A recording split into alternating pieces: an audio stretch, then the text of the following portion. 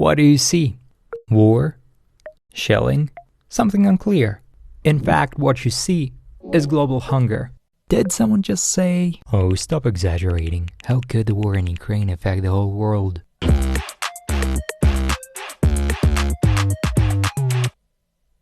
Well, here are the mere numbers.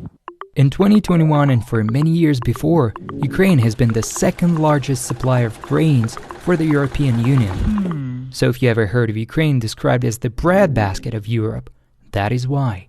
Since February 24th, Russia has been doing everything to keep Ukraine from getting its grain to the rest of the world. The Russian occupiers have blocked Ukrainian silos, stolen the country's grain, and torched its wheat fields. Looks unfriendly.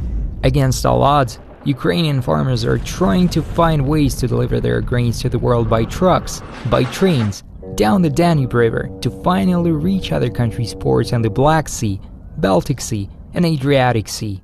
But needed volumes just couldn't be processed via these routes quickly enough. Last year, Ukraine alone produced about 80 million metric tons or MMT of grain, including wheat, corn, and barley. A single MMT of wheat contains about 3.4 trillion food calories. That's enough to feed every person in Europe for about 2 days. Now multiply this by 80. These food supplies are enough to feed more than 400 million people for almost half a year. Oops. In 2022, Ukraine could harvest and ship less than half of that. No. Sure, the world can make it up. If the population of a country like the UK will stop eating for 3 years. Yikes. Is someone saying, well, there are so many other things to eat? Sure. By the way, these escargots on your plate are from Ukraine too. Ukraine exported 844 tons of raw snails to the European Union in 2021. That is 4 times the export volume of the true Ukrainian specialty, salo. But let's return to our grains. Of course, not everything Ukraine produces is intended for export, and not all the export is intended for Europe. The main importers of food from Ukraine are countries in the Middle East, Asia, and North Africa.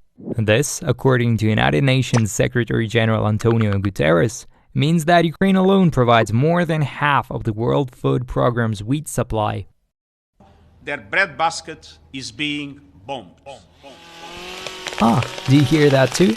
These are the sounds of tropical deforestation provoked by sourcing palm oil, the closest alternative to sunflower oil, a commodity Ukraine has been the largest world exporter for years, with China, India, Netherlands, Spain, and Italy heavily relying on it. Now all these countries need to opt for less healthy and less sustainable substitutes, but we love forests and we want them to stay. Every day, Ukrainians are doing everything they can to stop all that and change things back to normal. Support our efforts. Donate to stop Russia spreading the world famine.